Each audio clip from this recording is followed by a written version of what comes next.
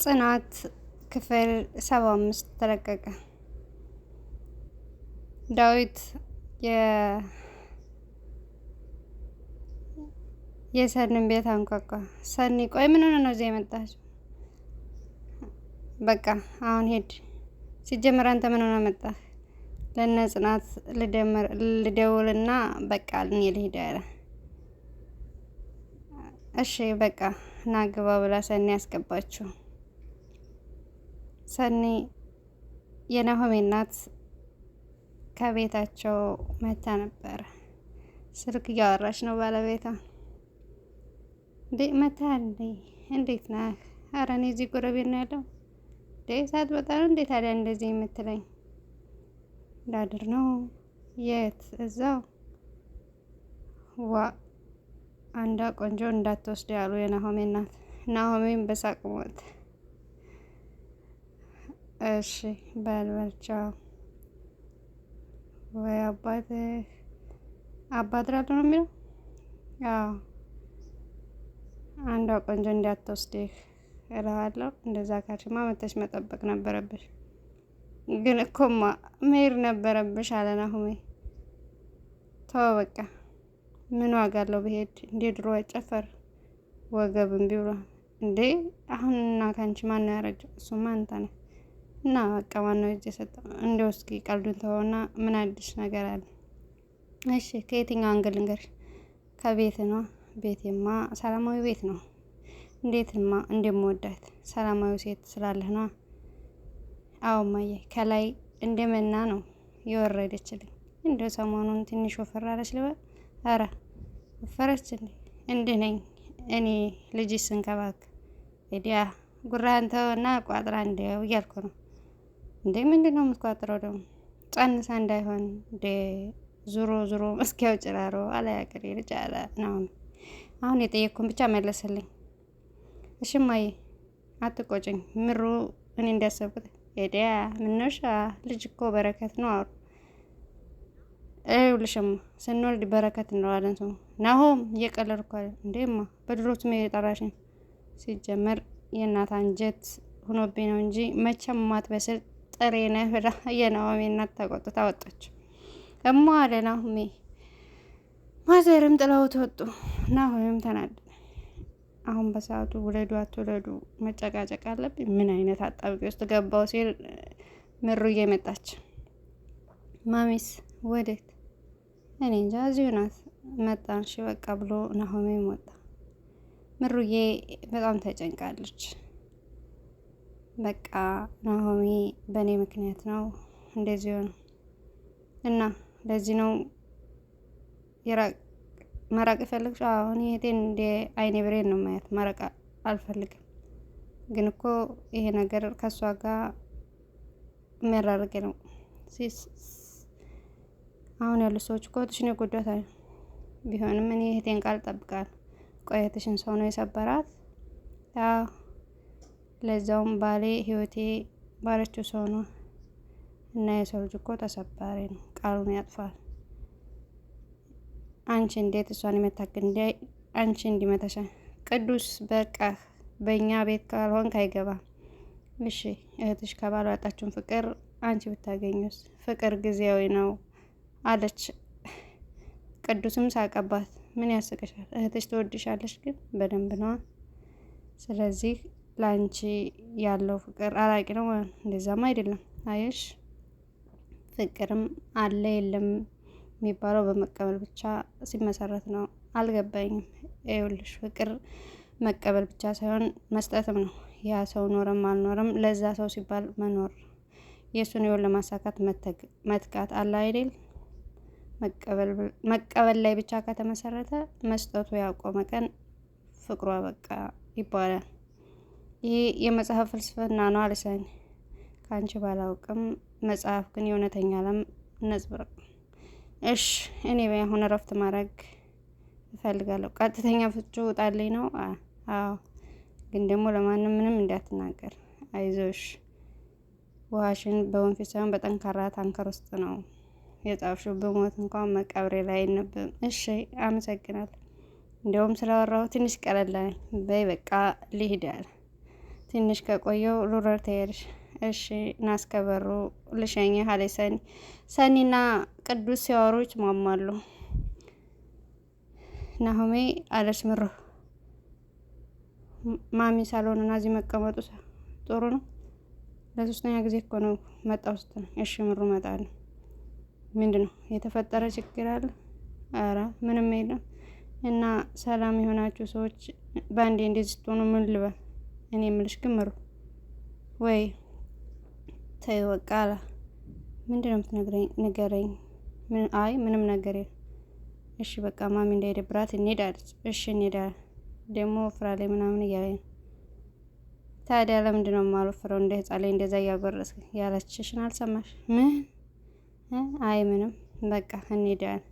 ሰላም ሰላም፣ ውድና የተከበራችሁ የመቤት ቻናል ተከታታዮች ላይክ፣ ሰብስክራይብ በማድረግ አበረታቱኝ። ስማማ ኪራ አለ። ሰኒ ግን በሰላም ነው ሰሞኑን የጠፋችው? ለምን እንደዚህ ብታየኝ አለ። አለመኖሯ እንዴት ኪችን ስትስቅ መኝታ ቤት የሚሰማው ድምፅ ጭራሽ በድምጧም ታውቃታለህ አለ ኪራ። ኦ ሰውዬ ዛሬ ደግሞ ቃላት ስንጠቃ ጀመር። ሳቀበት። አፍላ ፍቅር ሸተተኛ ላይ እባክህን ሳቁበት ጉንፋን እንዳይዛሽ። ጭራሽ መልሶችም የሰኒ ሆነዋል አለ ኪራ። ከዚህ በላይ መስማት አልችልም አለ ኪራም። አይ ክብሮሜ እያለ ሳቀበት። እግዚአብሔርን ምልክቶቹ እየታዩብህ ነው አለ። ማሚዬ አድራለሁ ብለሽ ነበር እኮ። አይ ልጄ ልሂድ። አይውልሽ ማይ አስቀይመሽ ከሆነ በጣም ይቅርታ። ሲጀመር ደግሞ እሱ እዛ ያድራል ብለሻል ነበር። እኔ ባንተ የማይጨክን አጀንት እንደሌለ ታውቂያለሽ። ይሄ ልጅ ካስቀየመሽ ንገሪኝ፣ እኔ አንቺ ልጅ እንደዚህ ነው ማሳየሽ ብላ በቁንጥጫ ነው። ሁለታችሁ በደም ገጥማችሁ እንዴት እንደምናደር መድኃኒዓለም ይወቀዋል። ቻለው እንግዲህ አለች ምሩ። ክብሮም ሰኔ እንዴ ክብሮም እዚህ ምን ትሰራለህ? ሶፋው ጠለፋት። ቁም ሳጥንሽ ማን ነበር የምትይው? ይማን ዋጣት ብሎ ሳቀባት። እንደው ቸክላ አድርግሽ ብዬ ዝም ብዬ መጣ። እንዴ ይሄን ያልኩ መጨነቅ አልነበረብህም አለች። አላምንም ብቻ እንዴት እግሮች እንደመሩኝ አላውቅም። ወደዚህ መጣ። ግን እኮ መደወል ትችል። ስንቴ የደወለችልሽ አታነሽም። ያማስጨነቀኝ። አመሰግናለሁ አለች ሰኒ። ለምኑ እንደዚህ ምን ሆናለች ብለህ ልታይ መጣ ነው? ምን ማለት አይደለም ሰኒ። ልሂድ ይሻላል እንደዛ እና እንደ ባለፈው ዝናብ እዚህ ያስቀር። በቃ እዚህ ተኛ። ግን በጧት ውልቅ ግድ የለም። ጧት ሌላ ሴት፣ ማታ ሌላ ሴት ስለሆንሽ ይቅርብ ማለት ነው አለ። በጧት መተህ አናቴ ላይ ስለምጮህ ሐምድ ነገር በጊዜ ሂደ እኔ ኩራት እንዴት በላ ብዬ ነው። ምን አዘሽ ነው? ምን ነው አንተ ሴት አልመስልም። በቃ ምግብ እየሰራሽ ነው? አዎ ዛሬ ሴት ወጥተሻል ክብሮም። አሁን ነው ተከከልኩ ነው ክብሮም በሳቅ ወደቅ። ወይ ጉድ አለ። ምን ያስቃል? እንደውም እየሰራሽ ነው እራት ነው የምትይኝ? ጾሜን አላድርም አለ። ምን ታካብዳለክ? ኧረ ምንም እንኳን እንደውም ኮሰረት ነጨ። ወይ ክብሮም ሂድ ውጣ አለችኝ። ኧረ ተረጋጊ አንቺ ሴትዮ ሂድ፣ ያለበለዚያ መጥረቢያውን ማውጣት እኔ እወጣለሁ። አንቺ ግን ተረጋጊ አለ ክብሮም። እሺ በቃ ሂድ፣ እንደውም ሁለተኛ እንዳትመጣ አለች። እሺ ቁልፉን አምጪው፣ በሩን እኮ ዘግተሽዋል። በመስኮቱም ዘለላ ያገባኝም አለች። እሺ ተረጋጊ ብቻ፣ አሁን ቆንጆ ምግብ ሰራልሽ። ካልጣፈጠኝ ግን አልበላም። የሚያስገድድሽ የለም እኮ ሰራታም። እሺ አለች። ለካ ወደሽም ተወጃለሽ ሰኒ። ምሩዬና ማሚዬ አትቆይም?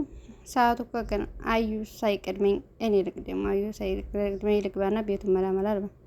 እሺ ግን ናሆም የቆየ ይሄ ልጅ ሲያገባ እንኳ መሽቀርቀር ነው ይተዋል ብዬ ነበር ስትል ምሩ ሳቀች። ያው ቆንጆ ባይሆንና መሽቀርቀር የታገኘው ነበር አለች ምሩዬ። አንቺ ፍቅር ወዴት እንደሚወስድ አይታወቅም። ከማን ጋር ውስጥ እንደሚያላትምሽ አንቺ አታውቂም። እሱስ አለች ምሩዬ። ናሆሜ መጣ። አንተ ቆዳህን ነው ምቀይራሮ የናሆሜ ናት። አህማይ እንዴት ነው አላልኩብሽም ማለት ነው። አረ እንዴ አንተስ ነገር ማውዬ መንግስት ነገር ያው ይሄ ነው ጠጥ ያገሽ ጋር እንደው ማሚ ግን ከኔ ላይ መቼም ሙዲ መያዝ ምት አሁን አንድ እሱን ስንሄድ ይነግርሃል። ናሆሜ ስልክ ተደወለለት። የስራ ስልክ ነው ብሎ ወጣ። የናሆሜ እናትም አሁን እሺ መጣ በቃ 5 ደቂቃ ብሎ ወዴት ነው ማይ የስራ ጉዳይ ነው 20 ደቂቃ ብሎ ምሩን ስም ወጣ። እንዴ ቁልፉን ይዞት ይሆን? ኧረ አይወስደውም። መኝታ ቤት ይሆን? ልጄ ቀልብ ያለው መስሎሻል? መጣች።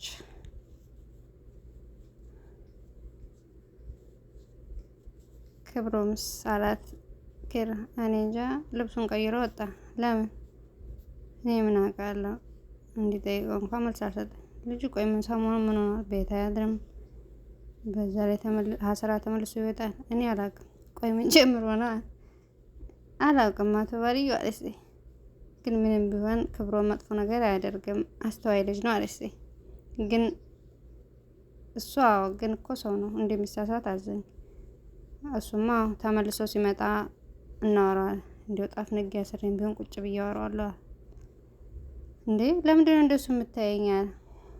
እንዴ እንዴት ተቀየርክ? ለሰው ማሰብ መጀመር፣ በተለይ ደግሞ ለክብሮም። አዎ ክብሮምን ሳላውቀው ነው ቸኩዬ የጠላሁት። ቸኩለህ ነው? እኔ እንዳይቀመኝ ነው እንጂ እንዴ ትንሽ ቢቆይ እኮ ወስዶብኝ ነበር። እኔማ አንተን ትቼ የትም እንደማለት ታውቃለህ አይጼ። ለዚህ እኮ ነው የኔ የምልሽ። እንዴት ስጠራኝ እንዴት ደስ እንደሚለኝ አንቺ የኔ ወይዬ፣ የኔ ልጅ ሴት ወይዬ፣ በጣም እኮ ነው የማፈቅርሽ። እኔ እኮ በጣም ነው የማፈቅርህ አለች እጽ። ክብሮም ደህና ነኝ ጋሽ አለ። ኪራ ከመቼውም ጊዜ በላይ አሁን ደህና ነው አለ ክብሮም። አይ ጋሽ እኔ ምን አደረኩ ብለህ ነው? ኪራ በራሱ መነሳሳት ነው የተረጋጋው አለ። እስኪ ሰሞኑን እረፍት ስለሆንኩ ወይ ብቅ እላለሁ። አይ ጋሼ እንደው በገዛ ፈቃድ ለቄ መልሶ ያስገቡኛል ብለህ ነው? እሺ ጋሼ በቃ መልሼ በኋላ ደውላለሁ። እሺ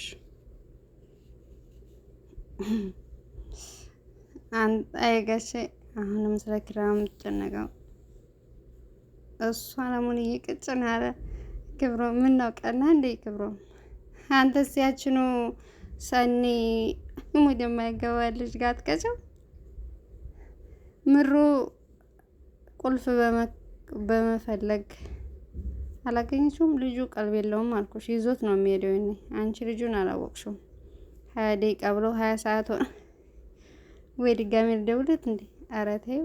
ይሄኔ ስራ ላይ ሆኖ ከነ መፈጠራችን ረስቶናል። ወይስ ከዛ እቃውን ሄደን ለምን አንገዛዝ እንዴ? ድጋሜ ወደዚህ መመለስ ውስጥ ይሄማ መንገድ መጨመር ነው። እዛው ወጥቼ ለገዛዛና ጓደኞች ጋር እጠብቀዋለሁ። አይ ብቻሽንማ አትወጪም፣ እኔም ሂጅ አብረን እንገዛ ስትላት፣ አይ ማን ነው? ኧረ ቀስ ገንጥላችሁ ልትገቡ ነው እንዴ? አለኝ ሰኒ። ሰኒዬ በሩን ስከፍት ዳዊት ነበር። ቅዱስ መጣ። ቅዱስና ሰኒ ነው ሲያወሩ ይግባባል። ዛሬም አላስገባም ትኛለሽ ብዬ ነበር እና ላስወጣህ።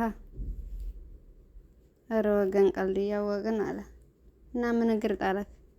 ምን በዚህ በኩል እኮ ሳልፍ ኃይል ልበልሽ ብዬ መጣሁ። አይ ጥሩ አስተዋይ ነው። እንዴት ቤቱ አልጠፋብህም? ይኸውልሽ እኔ ነገሮችን በቀላሉ ምረሳ ሰው አይደለሁም። ኧረ እባክህ ጥሩ ነው። እንዴት ነው ከባለፈው ስሜትሽ አገገምሽ? ደህና ነኝ።